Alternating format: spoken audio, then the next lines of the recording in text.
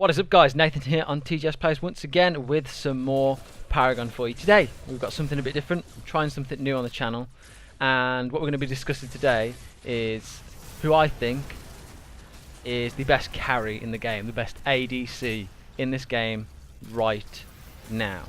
I do have an answer for you, a solid answer, but I must stress that this is just my opinion, and my close friends have collabed with me and we've discussed it for a period of time, and this is what we believe it is right now.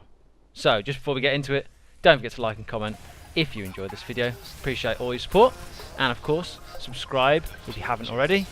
Let's just get into this.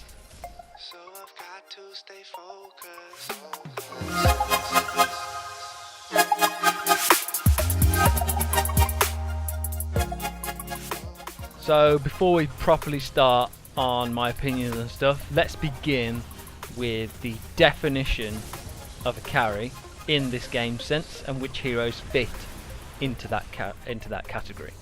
So a carry unit is a hero that gets carried in the early game and returns the favour in the late game. Your goal as a carry is not to die as much as possible and farm up your CP as much as possible. Again, I'll repeat myself there, but yeah, all you want to do is farm, farm, farm. Carries generally have a simpler kit than other heroes in the games, and most of their damage is coming from their basic attacks. This is for generally all MOBAs. They have different terminology and stuff, but generally across the board this counts for Paragon too. So carries belong in the safe lane, where you can farm minions close to your own tower or pressure the enemy offlaner and take their tower. It's key to farm as much as possible and not to get caught out of position. Now that's just a quick summary of what a carry is. So which heroes in Paragon come under this category? So on the list of carries in this game we have Twin Blast, Sparrow, Murdock, Grim EXE, Revenant, Cereth and Yin. Now it's actually time to start discussing which carry I think is best in the current meta. So in no particular order, let's just start with Twin Blast. I think his ult is lacking a bit compared to other carries, the power of it, as it were. It does have massive range, which is kind of key to how Twin Blast is played actually. His grenades have a lot of poke at long range and cost minimal mana, so they're really useful. But I think Twin Blast is most useful when built bursty, which means you have to be really accurate with his double shot ability, and that can be difficult to land if you're playing on console. On PC, much more viable, definitely. With a good support by your side, you can land them double shots all day long. Also, Twin Blast does have a little bit of mobilities, which a lot of the carries in this game tend to lack. He's got his little jump to the side. Now it's not much, but it's something, and that is okay. But overall, he doesn't have the hyper carry level of damage like 700 plus like Sparrow and Grim. So unfortunately I just don't think he makes the cut, really.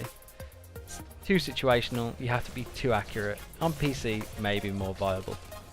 Next on the list we come to Grim EXE. Really cool looking hero. I was gravitated towards him straight away. I think he might be one of the first heroes I actually tried in the game, and it just didn't feel right to me personally. And now after looking at his stats afterwards, he just appears to be really squishy. Despite all carries having really similar health pools, he just seems to just be so easy to kill. Again, doesn't have an escape. Twin Blast's little jump is barely an escape, but it's something to get you out of a bad situation. All Grim has is Deflector Shield, which again is really high skill cap on that. A great time one of them can completely change a team fight, which is massive. So in the right hands, again, he's really, really good. But I think he's hard to play because of the angle you shoot from. It's like low, like under his cannon. I thought the point of view of it was a bit odd, and it never personally felt quite right to me. And the rest of his kit, his lock-on ult doesn't do that much damage. I mean, it's good for securing kills, but there's a reason why no one plays him right now. And that's because there's no real reason to play him over other carries right now. There are just better, more viable tactics to use. And this is despite him having the highest potential DPS along with Sparrow, like high 700s. Like I said, it's the same as Sparrow, so why does no one play him? Again, I just don't think his ultimate is as good as other ADCs right now. and that plays a massive part of it, despite him having the CC and a deflector shield and all that kind of stuff. He's just not played, and let's move on. Now the next hero, Sparrow, which was actually my first love in this game. I really enjoyed playing her.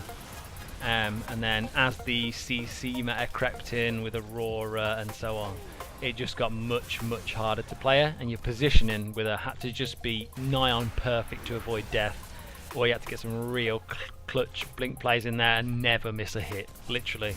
And that's what carries the build on, I suppose. You do have to be accurate. And I enjoy the challenge of that, but I think she just dropped out of favour a bit. Her R1 piercing shot is an incredible ability. You can go through walls, all that kind of stuff, and her ultimate as well, with a good Decker ult, is just insane. You can melt an entire team with one ability if they're all grouped up, and the potential there is amazing, and she is still definitely viable, but I just think there's better picks right now. Other characters are picked for their versatility over her kit, because her kit just, a square's kind of a wasted ability and a circle's a passive, and other people put all their abilities to good use, as it were, better than Sparrow does, I think, and that's why she's not as high in my estimations anyway. But I do love her. It was my first love for a character. She's still my highest level character, without a doubt, and I'm sure I'll go back to her one day, but for now she's just not quite making the cut. Next up we have Murdock. Yeah, Murdock is still in the game, it's just nobody ever plays him anymore. Why is that? I'm not really too sure. I think it's for a similar reason as Sparrow. His lack of an escape. He has his R1, his push away ability, but his kit just isn't really that great right now. It's just not that viable. His little mine thing that he puts on the floor, I don't think I've ever secured a kill because of that. Do you know what I mean? It's kind of a wasted ability almost. And when I first started playing this game earlier this year in January, he was in literally every single game. You could not get in a lobby without seeing a Murdock, but he's had a few nerfs since then, and I think that's really hurt his viability as well. There's just better picks, as I keep saying in every single section. There is better picks, which I'll get to soon.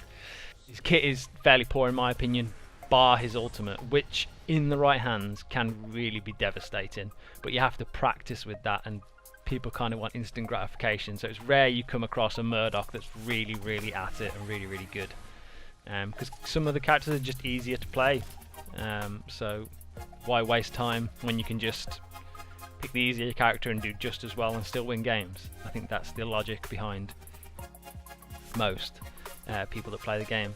Again, an experienced player, like I said, could really do some damage, but there are more useful carries.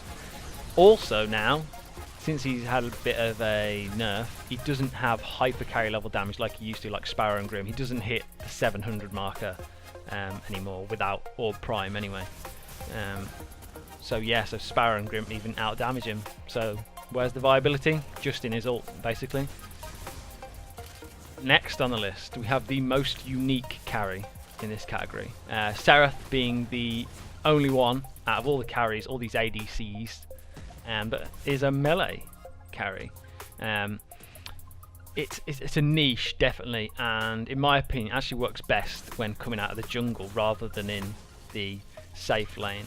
She has a fantastic kit consisting of a slow, an engager and an escape with that dive thing she does, which is just amazing, arguably one of the best in the game. An iframe ability and an invincibility frame, if you're not sure what that is, which can save skilled users of it if they use it at the perfect time. That you can avoid Aurora ultimates, avoid some CC, all that kind of stuff, and create opportunities for really good players. However, the big thing that lets her down is being a melee puts her at a bit of a disadvantage. She's quite easily focused down, and if a stun comes in at the start of an engagement and you mistime your square iframe ability, you're kind of screwed, as a lot of fighters are in that situation. Obviously build some lifesteal, you'll last a bit longer, and I've seen some really good Cereths, but again, doesn't quite make the cut. So here we are, the moment of truth, where I reveal to you the two best carries in the game. Yes, I can see your face, it's surprised. There is two, and here is why. We have Yin and Revenant. I believe Yin is the best carry in the game right now and has the most potential. However, she has a very high skill cap, and that's where a lot of this comes into it. The skill cap is very, very high on her because of her backlash ability. In the right hands, it's the potential to be one of the most powerful abilities in the entire game. You can chuck a Rampage Rock back, you can chuck a Deca Stun back, any projectile. So that counts for Moragesh's Hive, all that kind of stuff. You can just hit it straight back where it came from. But it's really, really hard to time. Other reasons why I think she's the best carry in the game to a high skill player: she's versatile. Offlane, jungle, safe lane are all viable with her. I personally use her coming out the jungle, and I rarely have a bad game with her. Natural attack speed gain per level is monstrous, combined with a bit of lifesteal and then a pretty standard crit build. Just makes her an absolute powerhouse. Her Windburn is an insane ability. It's just ridiculous. It's a free Thunder Cleaver, hence why she is so good at camp and wave clearance, which is why I think she works so well in the jungle. Meaning you complete your builds faster, become far more powerful than the other team if you're making the most of your time. I always try to keep busy when I'm playing Yin, because that Windburn, it costs like 20 mana. It's silly. Literally, you've regened it all, and it's on like a 5-second cooldown. It's insane. Anyway, the current meta involves taking Raptors as regularly as possible because they are more squishy than they used to be, and Windburn just makes it a joke. You can hit all three every basic attack, and when you're doing 450, 500 a hit in the late game, it just makes it ridiculous. Her ultimate, I use it mostly as a zoning tool or an escape, as it can save lives because of how it disrupts the flow of an engagement, a team fight. But it does have a lot of utility, definitely. It doesn't have as much impact as, say, a Sparrow ultimate, killing potential wise, but it is fantastic nonetheless, and allows you to do backlash without any effort, basically, because it slows down all the projectiles. Her last ability, Lash Kick, closes gaps and you can use it in escape. It makes it hard to hit during the animation as well. So it's a very versatile thing, does a fair bit of damage too. I secure a lot of kills using the Lash Kick, so it's a very, very good ability. Again, I can't stress enough the backlash ability. As you can see in the footage, I'm not actually good enough to use it. I build all Windburn and Lash Kick until the game forces me to pick Backlash, and I still do well with her despite this. So imagine if I could land those backlashes as well. Absolutely crazy potential, and that's why I believe Yin, with a high skill player at the helm, is the best carry in the game. Now let's move on. As you probably guessed by the gameplay, the best carry is Revenant. I think he's the easiest carry to play, and that's the only reason. Because with a basic understanding of the game, you can do amazingly well with him. All his abilities are lock-on, bar his passive Hellfire, so you can't miss, in a sense, which lowers the skill required to use him massively. His kit's really easy to understand. Hard to master, definitely, because of his tiny health pool, like as with most carries, and if you're caught out of position you get punished. But with basic positional sense, you can play him competently. Positioning is key, like I said, and combo execution with your abilities, comboing your abilities, plays a big part on how powerful you can become. The aim of the game with Revenant is to get fed. That is it. Get kills early on, get ahead of everyone else in the enemy team, and just absolutely melt through people. That's why his ult is so useful, because if you didn't know, if you're new to the game, you get extra CP if you get a kill while in the Nether Realm, his ultimate. Reckoning, I believe it's called. So, stick him in your ult, spam the Wombo combo, which is a Scar, followed by an Obliterate and a few basic attacks if the Obliterate doesn't kill them. But you should be using your ult on low health targets to begin with, half health targets. Makes it just trivial. But yeah, Scar and Obliterate and you're good to go, and you'll be melting targets before they even know what hit them. Literally, in the early game, the surprise burst, people just don't expect it at all. Still, they just sit there and take it to the face, and then they're half health, and you can just take out their tower in the safe lane. It's just insane. Just learning that combo and knowing when to pursue with the blink shot, which is a must have on this guy. Blink Shot is a must-have. He relies on securing kills to become more powerful. Easiest way to do that, Blink, without a doubt. And the combo you want to use is Scar, Obliterate. They start running away if they're half health. Blink Shot in, 4 basic attacks. Your last hit does your Hellfire passive, which is extra ability damage, and if you've managed to scar them again, your Obliterate's on cooldown. So even if they survive that, you can just use your Obliterate again, which, by the way, goes through walls. It goes through walls. You can use it around a corner. If you can see them on the other side via a ward, or if they're marked or whatever, use it and it'll go through the wall and kill them anyway. It's just insane, and of course keep throwing your ult in there for more CP. It's just too easy with him. It's just too easy. That's why I believe he's the best carry in the game, because he has a very low skill cap and all his abilities lock on, in essence. So I just wanted to summarise everything we've covered in this video. You have to understand that this video is completely my opinion. You have to understand that any carry I've mentioned above is viable with the right execution and someone that really knows what they're doing with them.